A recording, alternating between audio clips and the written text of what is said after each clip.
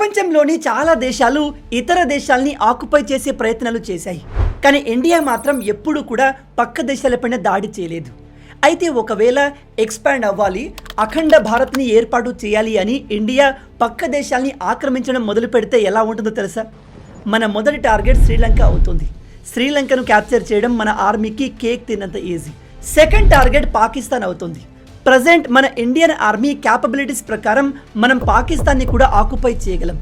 కొన్ని ఛాలెంజెస్ వస్తాయి. ఉదాహరణకి పాకిస్తాన్ ఓడిపోయే సమయానికి మన పైన న్యూక్లియర్ బాంబుల్ని వేయొచ్చు. అవి కూడా మన ఇండియాను ఆపలేవు. ఇండియా కాస్త నష్టపోతుంది, బట్ ఎట్ ద ఎండ్ మనం పాకిస్తాన్ మొత్తాన్ని ఆక్యుపై చేయగలం. ఆ తర్వాత టార్గెట్ ఆఫ్ఘనిస్తాన్.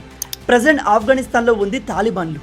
వాళ్ళ మిలిటరీ అండ్ వెపన్స్ టెక్నాలజీ అంత అడ్వాన్స్గా లేదు, కాబట్టి మనం ఆఫ్ఘనిస్తాన్ని కూడా ఆక్యుపై చేయగలం.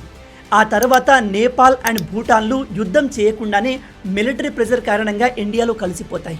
బంగ్లాదేశ్ని మన ఇండియా అన్ని వైపులా సరౌండ్ చేసి ఉంది, కాబట్టి బంగ్లాదేశ్ని కూడా క్యాప్చర్ చేయడంలో పెద్దగా ఛాలెంజెస్ ఏమీ ఉండవు.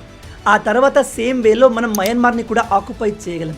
చివరగా పోటీ ఇండియాకు చైనాకు మొదలవుతుంది. రెండు దేశాలు పవర్ఫుల్, రెండిటి దగ్గర అడ్వాన్స్ న్యూక్లియర్ ఆయుధాలు ఉన్నాయి.